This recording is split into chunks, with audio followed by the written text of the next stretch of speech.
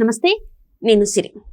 నిన్న మనం చూసినట్టయితే Laila pre release event, Vishwak Sen గారి మూవీ లైలా ప్రీ రిలీజ్ ఈవెంట్లో అయితే 30 years ఇండస్ట్రీ పృథ్వీ గారు అయితే కొన్ని కామెంట్స్ అయితే చేయడం జరిగింది. అది కూడా ఒక పార్టీ గురించి చేశారని చెప్పేసి అదైతే ఒక అంటే గొడవకి దారి తీయడమో లేకపోతే బాయ్కట్ లైలా అని చెప్పి మాట్లాడడమో అయితే జరుగుతుంది. సో దీంతోనైతే వైసీపీ కార్యకర్తలు ఎవరైతే ఉన్నారో వాళ్ళైతే బాయ్కట్ లైలా అంటున్నారు. ఇప్పుడు టార్గెట్ అసలు పృథ్వీ కాదు, హైపరాది అని కూడా కొత్తగా ఒక అంటే హైపరాది గారి పేరు కూడా బయటకు వచ్చింది. అసలు ఏం జరుగుతుంది, అసలు తను ఏం మాట్లాడారు, ఇప్పుడు మళ్ళీ హైపరాది పేరు ఎందుకు వచ్చిందనే అంశాన్ని మనకు వివరించడానికి మనతో పాటు ఉన్నారు ప్రముఖ సీనియర్ జర్నలిస్ట్ జగదేవ్ గారు. నమస్కారం సార్. నమస్తే అమ్మా. సార్, ఇప్పుడు చూస్తుంటే లైలా విశ్వక్ సేన్ గారి మూవీ February 14th రిలీజ్ అవుతుంది. దాని ప్రీ రిలీజ్ ఈవెంట్ చేసుకున్నారు. అక్కడ పృథ్వీ గారు కొన్ని వ్యాఖ్యలు చేశారు, ఏదో మాట్లాడడం జరిగింది. అదైతే ఇప్పుడు చాలా చర్చనీయాంశమైంది. డైరెక్ట్గా బాయ్కాట్ లైలా అని చెప్పేసి చేస్తున్నారు వైసీపీ నేతలు, కార్యకర్తలే ఆపవచ్చు. సో దీని వెనకాల ఉంది పృథ్వీ గారు మా డైరెక్ట్ అంటే దీనికన్నా అందరికన్నా ముందు హైపరాది గారు అన్నట్టు మాట్లాడుతున్నారు. అసలు దీన్ని ఎలా చూడాలంటారు? అసలు ఇది టాపికే కాదమ్మా. ఎందుకంటే పృథ్వీ గారు క్యాజువల్గా ఏదో మాట్లాడుతూ ఒక 70 మేకలు 80 మేకలు కలిపితే బయటకు వచ్చేసరికి 11 ఉన్నాయంటే 70 80 150 కదా. సో ఇక 11 అంటే 11 ఫిగర్ అనేసరికి ఇంకా సోషల్ మీడియాలో వస్తున్న ట్రోల్ బట్టి వీళ్ళు ఇంకా అప్పుడు ఫీల్ అయ్యారు ఎవరు, మన కార్యకర్తలందరూ.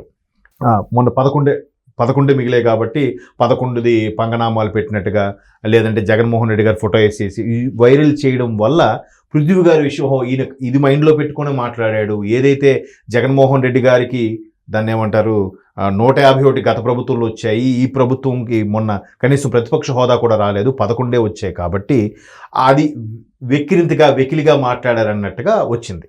సో దాని మీద ఎక్కడ వాళ్ళు బాయ్కాట్ చేస్తారనే ఉద్దేశంతో, సో ఇక్కడ ఎప్పుడైతే పృథ్వీరాజ్ అలా మాట్లాడిన తర్వాత దాన్ని వీళ్ళు సొంతంగా వీళ్ళకని అన్నారేమో అనే ఉద్దేశంతో ఆపాదించుకోవడం.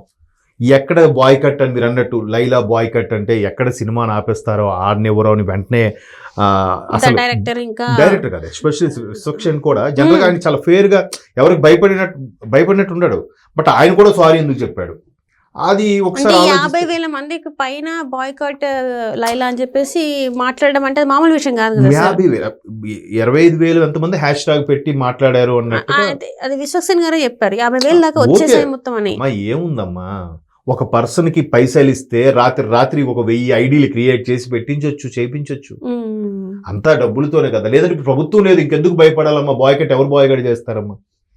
బాయ్కట్ ఎవరు చేస్తారు? మరి అలా అనుకుంటే మొన్న అన్ని సినిమాలు ఆగిపోవాలిగా. ఈ ప్రభుత్వం వచ్చిన తర్వాత అన్ని సినిమాలు ఆగిపోవాలి అంటే ప్రభుత్వం నాకు తెలియక అడుగుతాను, ఇంకా వైసీపీ ప్రభుత్వం ఉందనుకుంటున్నారా, కూటమి ప్రభుత్వం ఉందనుకుంటున్నారా చెప్పండి. సో ఇదంతా మేబీ ఇది ఒక పబ్లిసిటీ స్టంట్ కూడా అవ్వచ్చు.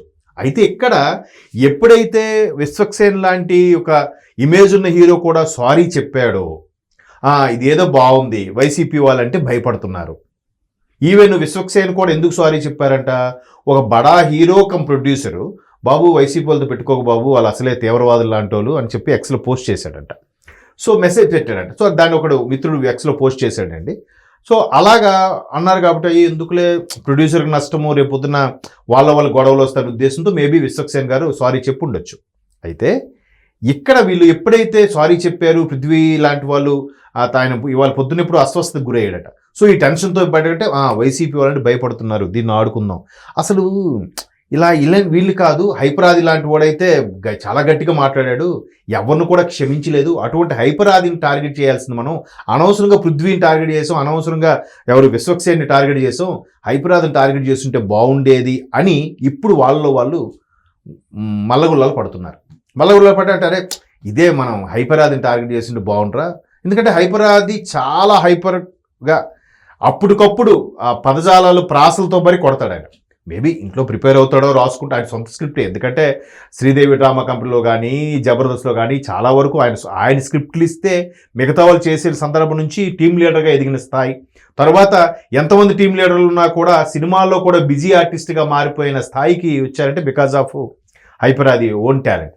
సో అటువంటి హైపరాది చాలా సందర్భాల్లో ఆయన స్వయంగా ఆయనే జనసేన దగ్గరికి వెళ్ళి మాట్లాడి వీళ్ళ మీద వైసీపీల పంచులు వేయడం అన్నీ చేసి చూస్తే అరే మనం టార్గెట్ ఇట్లా పృథ్వీ ఇలాంటి వాళ్ళు కాదు, హైపరాజ్ లాంటి వాళ్ళని టార్గెట్ చేయాలి అని వాడిని చేస్తుంటే బాగుండు అన్నట్టుగా ఇప్పుడు వీళ్ళు అంటే ఆల్రెడీ ఒకరు భయపడ్డారు కదా, ఆల్రెడీ ఒక ఆయన సారీ చెప్పాడు కదా, ఎంతో కొంత ఇమేజ్ ఉన్న హీరో కూడా సారీ చెప్పాడంటే నెక్స్ట్ టార్గెట్ వీళ్ళు పెట్టుకోవాలనుకున్నట్టుగా వీళ్ళు తాపత్రయపడుతున్నారు. అసలు మేబీ ఇది ఒక పబ్లిసిటీ స్టంట్ ఏమని అనుకుంటున్నాను. ఏదో విశ్వక్సేన్ భయపడ్డారనో లేదా బడా హీరో ఎవరో ఈయనకి వార్నింగ్ ఇచ్చి చెప్పాడనో ఆయన సారీ చెప్పుండడు. అంటే ఇవన్నీ కూడా గాసిప్స్ ఏమో నా అభిప్రాయం. కాకపోతే ఏదైతే అదిగో పులి అంటే ఇదిగో తోక అనే రకాలుగా పులి కనబడదు, ఎవడో ఒకటి పులి అంటే ఇదిగో ఉందిరా బాబు అని. సో కాబట్టి వైసీపీ వాళ్ళ జమానా అయిపోయింది, కూటమి ప్రభుత్వం ఉంది. కాకపోతే కొన్ని కబ్జాల విషయంలో పాత మాజీ మంత్రుల విషయంలో కొంచెం సమయం పాటిస్తోంది కూటమి ప్రభుత్వం, వాళ్ళ మీద చర్యలు తీసుకోకుండా.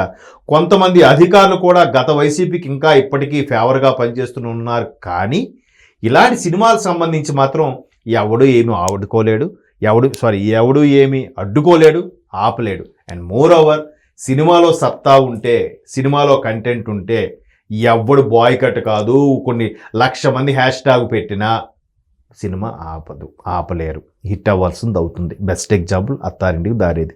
ముందు రోజు పైరసీ రిలీజ్ చేసేసిన వారం ముందే సినిమా రిలీజ్ అయింది, మళ్ళీ బంపర్ కలెక్షన్స్తో ఆడింది కూడా. సో ఎవడో ఏదో ఒక హ్యాష్ ట్యాగ్ పెట్టాడో లేదంటే బ్యాడ్ టాక్ తెచ్చాడంటే అయిపోదు, దానికి రావాల్సింది వస్తుంది. ఇప్పుడు చిన్న ఎగ్జాంపుల్ అమ్మ, తండేలు సూపర్ హిట్ టాక్ వచ్చింది, గేమ్ చేంజర్ మిక్స్డ్ టాక్ వచ్చింది. గేమ్ చేంజర్కి వచ్చిన కలెక్షన్స్ ఏంటి, తండేలకు వచ్చిన కలెక్షన్స్ ఏంటి? ఐఎమ్ నాట్ క్రిటిసైజ్, అంటే తప్పు పట్టే ఉద్దేశం కాదు నాది. తండేలు అలాగని బాగాలేదనో లేదా తండేలు ఇమేజ్ తక్కువనో కాదు నేను. కలెక్షన్సే కదా అల్టిమేట్గా చూసేది. ఇవాళ రేపు ఏం చూస్తున్నారమ్మా? సినిమాలో క్వాలిటీ కంటెంట్ చూస్తున్నారా, సినిమాలో డెప్త్ చూస్తున్నారా? లేదే. ఎన్ని కలెక్షన్స్, ఎన్ని సెంటర్స్. ఆయన ఎవడో పూరి జగన్నాథ్ గారి డైలాగ్ ఒకటి ఉంటుంది, ఆయన శ్రేయస్ండిగా చెప్తారు, గాంధీ సినిమా 100 రోజులు ఆడదు, కడప కింగ్ అంతి 200 సెంటర్స్ 100 days ఆడుతుంది అని అంటాడు. అదే హ్యూమన్ సైకాలజీ ఉంది. కాబట్టి ఇండస్ట్రీ హిట్టా ఫట్టా దాన్ని కూడా మనం బేరీజ్ వేసుకోలేకపోతున్నాం. కొన్నిసార్లు చాలా మంచి అద్భుతమైన సినిమాలు కూడా సరిగ్గా ఆడట్లేదు. కొన్నిసార్లు ఏమీ ఉండదు, సినిమా అరే భలే ఉందిరా, అబ్బా మామా ఏం కామెడీ ఉందిరా అని అంటాడు. ఏముందా?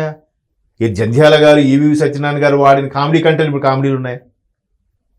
మరి అట్లా అలాంటప్పుడు సినిమాకి అదేంటంటే ప్రొడ్యూసర్కు లాస్ రాకుండా, మినిమం కలెక్షన్స్ లేకుండా అయిపోతారేమో. నెక్స్ట్ ఈ హీరోకి కూడా అతని ప్రీవియస్ ఇట్టి అతని next visiting card, business card. So next ప్రొడ్యూసర్లు ఆయన గడప తొక్కరేమో భయంకి ఏ ప్రొడ్యూసర్ కూడా నష్టపోకూడదనే కూడా ప్రతి నటుడు, ప్రతి కథానాయకుడు ఆలోచిస్తారు. కాబట్టి మేబీ దాన్ని దృష్టిలో పెట్టుకొని విశ్వక్సేన్ సారీ చెప్పుండొచ్చు. సో ఇప్పుడు దాన్ని వీళ్ళు భయపడుతున్నారు కాబట్టి హైపరాదిని టార్గెట్ చేద్దామని నెక్స్ట్ ప్లాన్ చేస్తున్నారు. హైపరాది ఇలాంటి వాటికి తలొగ్గే మనిషి కాదు, తగ్గే మనిషి అంతకన్నా కాదు. Right sir, right. Thank you so much sir. Thanks.